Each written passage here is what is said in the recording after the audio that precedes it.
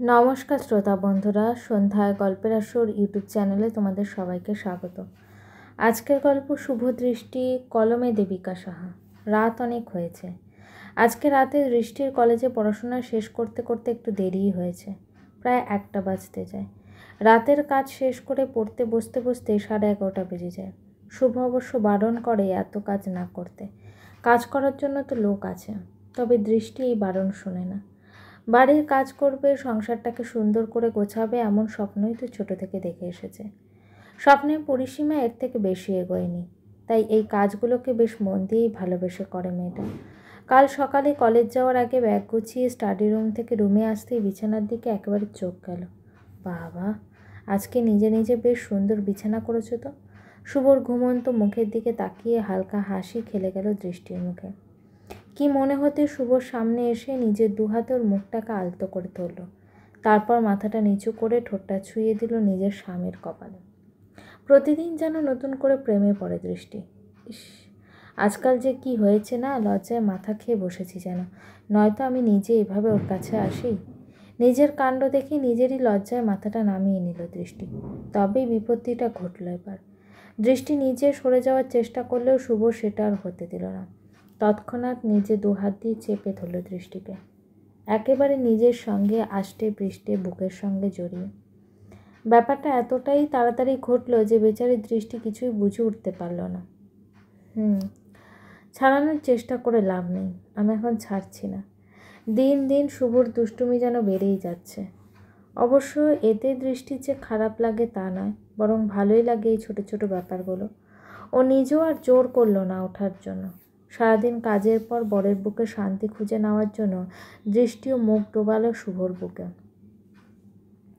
পাখির কলতানের সঙ্গে মিষ্টি করে সকালটা শুরু হলেও প্রতিদিন আমরা এই অনুভূতিটুকু অনুভব করার সময় হয়তো পাই না।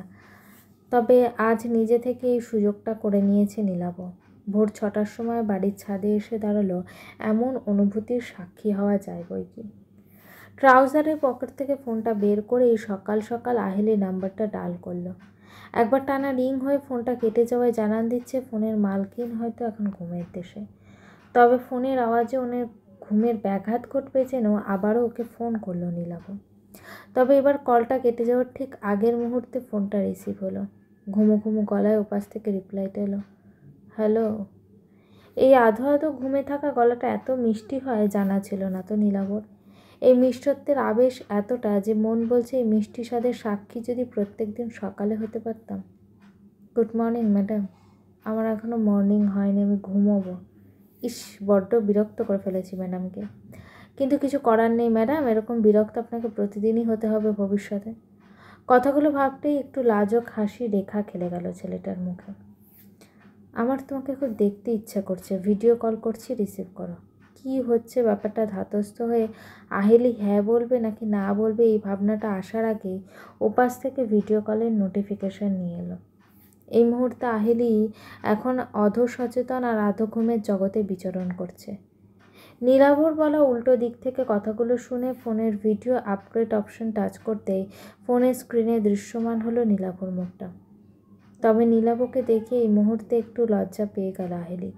শুধু একটা গেঞ্জি পরে আছে ছেলেটা, এমনভাবে ওকে কখনো দেখেনি, তাই হঠাৎ করেই কেমন লজ্জাই লাগলো। ফলস্বরূপ ফোনের স্ক্রিন থেকে চোখটা সরাতে যাবে তার আগেই নীলাভ ওই পাশ থেকে কয়েকটা কথা বলে উঠল। চোখ সরাবে না একদম, এভাবে দেখাও, প্র্যাকটিস করে নাও। ইস, এই কথাটা শুনে লজ্জায় কান গরম হয়ে যাচ্ছে। চোখে যতটুকুই ঘুম শেষ মুহূর্ত পর্যন্ত যাবে না করে লেগেছিল, তারা এক নিমেষে সব ছুটে পালালো।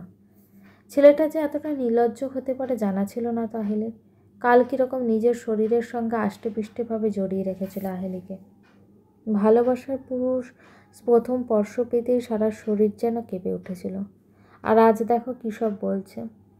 আমাকে নির্লজ্জ ভাবলেও ভাবতে পারো ম্যাডাম, তাতে কোনো ক্ষতি নেই। আবারও এমন একটা কথা শুনে আহেলি কেমন তুতলে গেল। এ বাবা, এসব তুমি কী বলছো? আমি মোটেও তোমাকে নির্লজ্জ ভাবনি তো। যাক বাবা, বাঁচা গেল। তাহলে আর জড়িয়ে ধরার আগে ভাবতে হবে না, যখন ইচ্ছা হবে জড়িয়ে ধরতে পারবে। ইস, তুমি না যা তা। সে একটু যা তা হতেই হয় ম্যাডাম। এনিওয়ে, এই ঘুমন্ত পরীর প্রেমে আবার পড়ে গেলাম যে। নীলাভর এরকম অকপট স্বীকারোক্তিতে আবারও লজ্জায় কুঁকড়ে গেল আহেলি। প্রথম প্রেমে এরকম অনুভূতিটাই খুব স্বাভাবিক আর বড্ড স্পেশাল হয় প্রেমিক প্রেমিকাদ্বয়ের জন্য। আহেলি আর নীলাভর এই প্রচলিত অনুভূতিটা থেকে বাদ গেল না। এই যে ঘন ঘন দেখতে চাওয়া, সবসময় কথা বলতে চাওয়া, এমন আবদার তো হয়েই থাকে একে অপরের জন্য। আরও কিছুক্ষণ বলতে প্রায় 1 ঘন্টা এটা ওটা গল্প করার পর আপাতত এই মুহূর্তের জন্য ভিডিও কলটাও শেষ হলো। বিকেলের দিকে সবাই ডাইনিং রুমের সোফাটার উপর চা নিয়ে বসে টিভিটা চালিয়েছেন জয়শ্রী দেবী। এমন সময় ফোনটা বেজে উঠল। স্ক্রিনে বান্ধবী উমার নামটা দেখে মুখে হাসি ফুটে ওঠার সঙ্গে সঙ্গে চায়ের কাপটার সামনে টেবিলের উপরে ফোনটা রেখে রিসিভ করল। হ্যাঁ উমা বল। সে কি রে, আজকেই দেখা করতে হবে? আচ্ছা, আমি এই চাটা খেয়ে রেডি হয়ে বেরোচ্ছি। আরও কিছু কথা বলে ফোনটা রেখে দিল জয়শ্রী। উমাদেবী তার বন্ধুর সঙ্গে দেখা করতে চাইছেন, এই জরুরি তলবের জন্য ফোনটা করা। কি নাকি খুব দরকারি একটা কথা আছে যেটা সামনাসামনি বলতেই হবে, আর আজকেই বলতে হবে। আজকেই দৃষ্টির ফেসবুক পেজটা থেকে একটা বেশ ভালো অর্ডার এসেছে। একটা বিয়েবাড়িতে সমস্ত আলপনা দিয়ে দিতে হবে। বসার পিঁড়ির ডিজাইন থেকে শুরু করে মণ্ডপে আলপনা সমস্ত কাজটাই ওরা চাইছে। যদিও এরকম কাজ দৃষ্টি আগে কখনো করেনি, তবে ওর ফেসবুক পেজে পোস্ট করা ছবি আঁকা বিভিন্ন রকম কাজ দেখেই ওরা দৃষ্টিকে ইনবক্সে রিকোয়েস্ট করেছে যেন কাজটা নেয়। তবে মুশকিলটা হচ্ছে ওদের অ্যাড্রেসটা অনেক দূরে। একদিন গিয়ে এত সমস্ত কাজ করে আবার দিনের দিন ফিরে আসাটা অসম্ভব। ওরা যদি থাকার বন্দোবস্ত করে দেবে বলেছে, তারপরেও কোথাও যেন একটা কিন্তু রয়ে আছে। কি অ্যালাউ করবে, আর বাড়ির লোক তারাই বা কী বলবে? এই কথাগুলো সারাদিন কলেজে বসে ভেবেছে দৃষ্টি। আজকে রাতে একবার শুভর সঙ্গে কথা বলতে হবে ব্যাপারটা নিয়ে। আজকে আমার একটু সন্ধ্যের টিফিনটা বানাতে দাও তো দৃষ্টি। শালিনী এসে এরকম আশ্চর্যজনক কথা বলে ওঠায় দৃষ্টির অবাক লাগলেও খুব বেশি কথা বাড়ালো না মেয়েটা। গ্যাসের একটা দিক খালি করে শালিনীকে জায়গা করে দিল। নুডলসের প্যাকেটটা খুলতে দৃষ্টির দিকে তাকিয়ে ওরাকা ফেসবুক পেজের দৌলতে অর্ডার নিয়ে কাজ করা। তারপর তো ইনকাম হয় এসব নিয়ে এটা ওটা প্রশ্ন জিজ্ঞেস করতে লাগলো। আসলে শালিনী তো দৃষ্টির সঙ্গে এত কথা বলে না, তাই ওর এই এত সব প্রশ্ন একটু কেমনই লাগছে দৃষ্টি। তবে এই কটা টাকার জন্য তুমি ডাক্তারের বউ হয়ে এমন ছুটে যাচ্ছ, এটা ঠিক নয়। আফটার অল তুমি ডাক্তারের বউ, সেই সম্মানটা তো রাখবে। এরকম মধ্যবিত্ত মেন্টালিটিটা এবার সরিয়ে ফেলো।